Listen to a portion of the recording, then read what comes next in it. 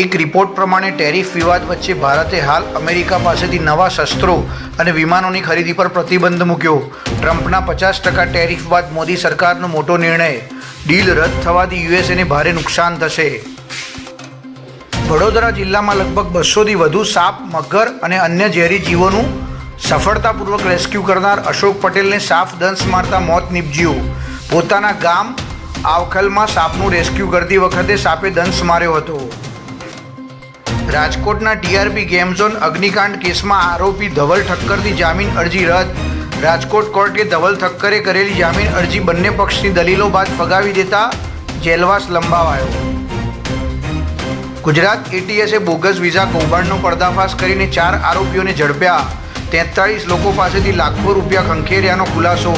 યુરોપના દેશોમાં નકલી વિઝા બનાવીને લોકો પાસેથી રૂપિયા 10 લાખ પડાવતા હોવાનું ખુલ્યું। તરણેતરના લોકમેળામાં ગ્રામીણ ઓલિમ્પિકનું આયોજન, રાજ્યભરના રમતવીરો ભાગ લેશે। કેન્દ્ર સરકારે ઇન્કમટેક્સ બિલ પાછું ખેંચ્યું, 11 ઓગસ્ટે નવું બિલ આવશે। બિહારના સીતામઢીમાં માતા જાનકી મંદિરનું ભૂમિપૂજન ગૃહમંત્રી અમિત શાહના હસ્તે કરાયું।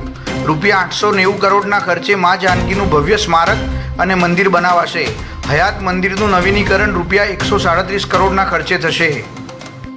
કર્ણાટકના બેંગલુરુમાં કોંગ્રેસની વોટ અધિકાર રેલી યોજાઈ, જેમાં કોંગ્રેસના સાંસદ અને લોકસભાના વિપક્ષના નેતા રાહુલ ગાંધીએ ચૂંટણી પંચ પર નવો આક્ષેપ કર્યો।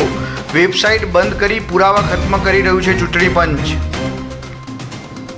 ઇંગ્લેન્ડમાં ચાલુ મેચે પાકિસ્તાની ક્રિકેટર હૈદર અલીની દુષ્કર્મના કેસમાં ધરપકડ, બાદમાં જામીન મળ્યા પરંતુ પાસપોર્ટ જપ્ત કરી લેવાયો। હૈદરને પીસીબીએ સસ્પેન્ડ કર્યો। બ્યુરો રિપોર્ટ, દિવ્ય બ્રહ્મા।